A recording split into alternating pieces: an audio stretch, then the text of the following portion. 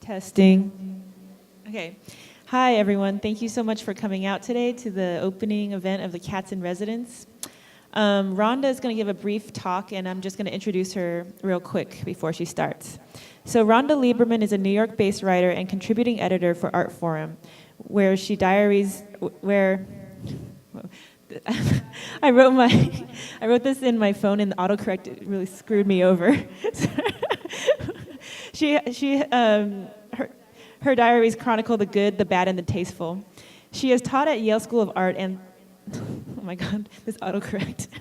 She has taught at Yale School of Art and the Art Institute of Chicago. Former shows where she has exhibited her work include the Fake Chanel Show at Stuck's Gallery, Too Jewish, and Entertaining America at the Jewish Museum in New York.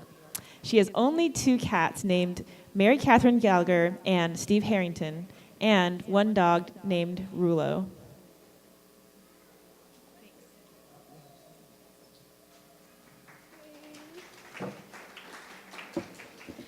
Okay, this sounds good, right?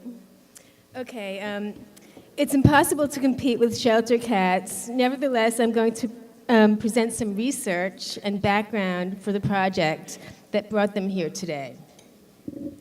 It is no accident that cats dominate the internet. Their cute antics erupt on our screens with the persistence of repressed material rising to the surface, because they are repressed material, the feline precursors repressed by official art history.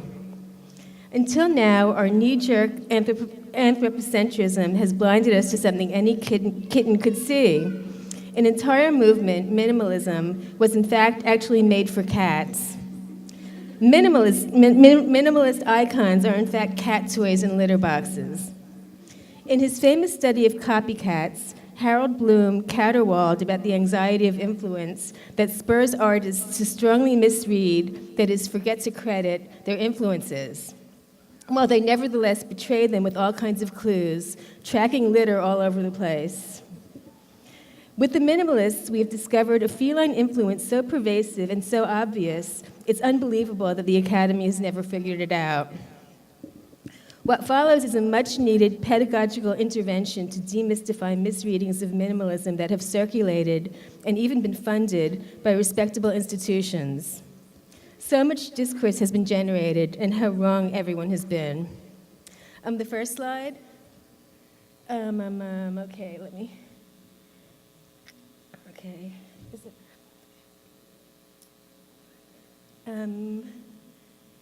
Yeah. Okay. Donald Judd's litter box, the initial red flag, strangely neglected by piles of scholarship. In Judd's 1965 essay, Specific Objects for Cats, he meows about an art that is neither painting nor sculpture. He howled at relational composition, noting objects are depersonalized. Art should no longer express human emotion. That's human emotion. Art should no longer express that. His subtext, art should instead be a potty for pussycats. 2. Walter de Maria's New York Earthroom-sized litter box, 1977. This piece expanded Judd's kitty commode outside the frame to engulf the viewer in an entire litter environment. Saul LeWitt's Jungle Gyms for Cats, also known as his grids. Confirming our initial hunch, whistleblower Dan Graham drops the dime in a Flash Art interview. Quote, Saul LeWitt's work is deeply about humor. He said his grids were jungle gyms for his cats. The truest things are said in jest. Robert Morris's untitled Pink Felt Cat Nest, 1970, felt pieces of various sizes for cats, overall dimensions variable. Soft and mutable, rather than hard and fixed primary structures a la Judd, this work is technically post-minimalist but still cat-friendly. In Notes on Sculpture, 1966, Morris wrote, quote, minimalism is not concerned with the work of art itself, but rather focuses on the conditions in which it is viewed by the spectator. For example, is this a good place for a cat nap?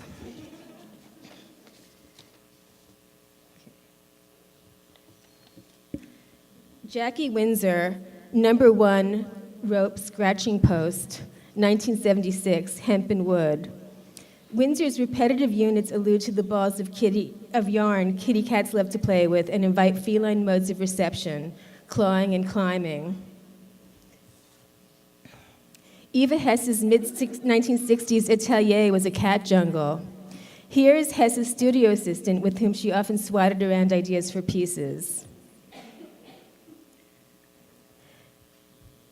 Bruce Naumann's Mapping the Studio 1, Fat Chance John Cage, 2001, litter box included.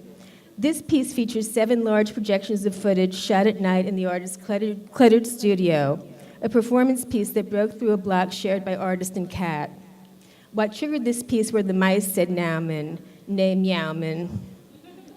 Quote, "We had a big influx of field mice that summer in the house and in the studio. They were so plentiful, even the cat was getting bored with them. I was sitting around the studio being frustrated because I didn't have any new ideas, and I decided that you just have to work with what you've got. What I had was this cat and the mice, and I happened to have a video camera in the studio that had infrared capability. So I set it up and turned it on at night and let it run when I wasn't there, just to see what I'd get. I thought to myself, why not make a map of the studio and its leftovers?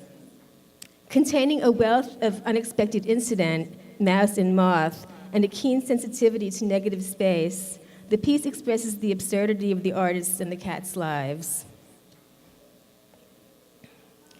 Fred Sandbeck purred about pedestrian space. Quote, "My work is full of illusions, but they don't refer to anything," he said. Working in fuzzy yarn, the artist, quote, "wanted to focus the viewer's awareness on the here and now, to avoid directing the imagination toward anything not immediately present. Very amenable to kiddies, especially ones with ADD. Mike Kelly loathed minimalism. No wonder he once performed as a janitor. He knew someone had to clean up the dirty litter box of art history. Okay, leave it on. You can take the slides down.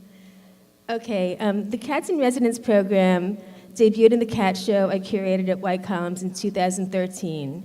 It included several revisionist pieces that restored the legacy of feline minimalism, denatured by human institutions and fetishized by the art market, to its roots, the use of cats, for climbing, scratching, napping, kitty things. Being repressed by official art history is no joke. Even worse is winding up in a municipal shelter. I'd like to talk to you today about homeless pussies and how art can help. I've been trying to realize this project since the late 90s, in the days of yore when relational art was on the rise. I was tending a feral cat colony, which I thought was the best found art installation ever. Cats are beautiful and fascinating to watch, natural performers. There were so many strays on the street where I lived, in a crumbling loft in Long Island City, which is now a luxury condo, like most of New York City. When I brought kitties to no-kill rescue groups, I discovered how totally overextended these groups were. The work of rescue devoured their scarce resources with little left to put toward bringing the pussycats to the public in an appealing way. New York City Animal Control kills about 8,000 cats and dogs annually. Once in a shelter, 7 out of 10 cats are killed. No-kill rescue groups try to pull as many as they can from the youth list, but too many perfectly healthy and adaptable cats and dogs are killed simply because there's no room, treated like throwaways. At around this time, I went to James Turrell's installation at PS1 called Meeting, a ceilingless room for contemplation open to the sky. I thought this piece could only be improved if it had cats.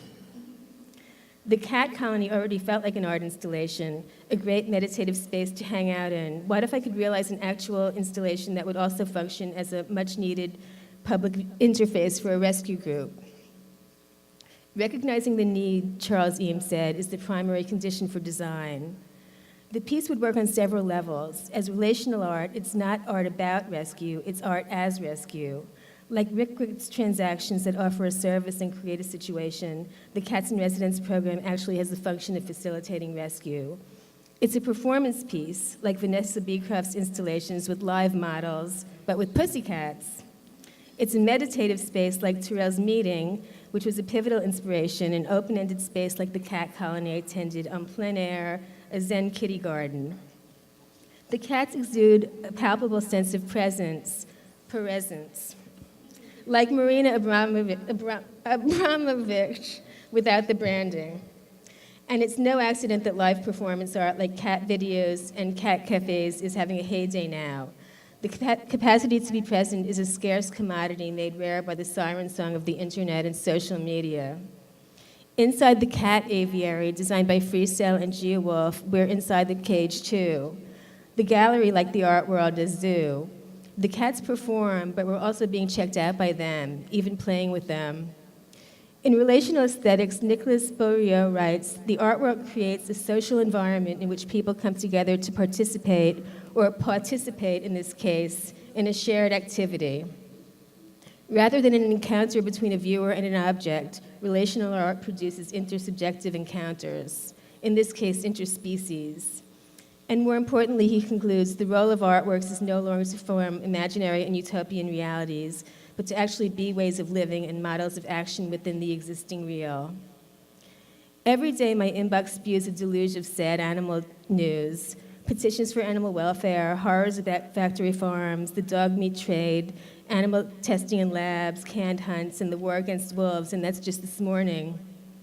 The existing real is not a safe or even viable place for animals exploited or simply disposed of by humans, treated as things with the legal status of property, despite their capacity to feel and play and even to communicate and think, if not according to narrow standards devised by philosophers like Kant and Descartes and by religious authorities that traditionally deny animals moral status and equal consideration with humans due to what they define as a lack of consciousness, reason, or autonomy. The same can be said of many humans. I think the real heroes are people like factory farm whistleblowers, now punished by ag-gag laws that protect industrial abusers from accountability. But witnessing that stuff firsthand would quickly drive me insane. Activists on the front lines of carnage that would give me nightmares for life, and those who do the endless work of rescue, rehabilitation, and lobbying for animal welfare protection. The legal struggle for animal rights is a long, slow slog, and it's easy to feel helpless, politically. This project is one way I saw that art can intervene in the existing real we share with other species, simply by reframing rescue kitties so people can experience them as the fabulous creatures they are and not throwaways. Rather than representing cats, the performance piece creates a space for interspecies encounters, for meeting, if you will, and for appreciation. My hope is to eventually find a site for a longer-term installation to help rescue groups place even more kitties. Like Walter DeMaria's Earth Room, we should have the Cat Room. Or maybe next door to James Turrell's meeting, we could have Meowding. While it's at once whimsical to repurpose macho minimalism with kitties, I'm quite serious about using the theatricality of this genre to facilitate public involvement with adoptable pussycats. Since the piece is playful, it was my experience with the first installation that it was easy to overlook that it has a serious agenda as well, to address an ongoing crisis in the shelter system and to raise awareness about how we as a society are treating our kitties. It took me years to find a home for this, and for some reason, art spaces weren't clamoring to host rescue cats, but cat people lurked in the shadows of the art world, and the public was ready. The Walker's wildly successful Internet Cat Video Festival let the cat out of the bag, and I was thrilled White Columns gave me a chance to debut it as the centerpiece of the cat show I curated there. The first two iterations of the Cats-in-Residence program brought huge turnout to White Columns in Real Art Ways and increased their audiences widely. Thanks to those performances, 43 performers, also known as cats, now have permanent gigs, that is homes. And I challenge LA to meet the challenge set by New York and Connecticut. Times are promising for pussies. CBS.com reports that 15% of internet traffic is connected to cats. It's true. And cat-centric art shows are becoming ubiquitous as Kardashians. Just this morning, I got an email from Paul McMahon, who made Kitty City in this piece, elated to be invited to one in Switzerland this spring.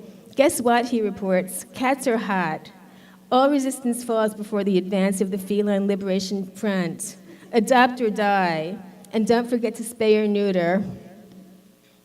I'd like to mention the great photoshopping by Arthur Wu, and research into the feline repressed was conducted in conversation in part with Lauren Butler O'Neill. So thank you for listening to me. And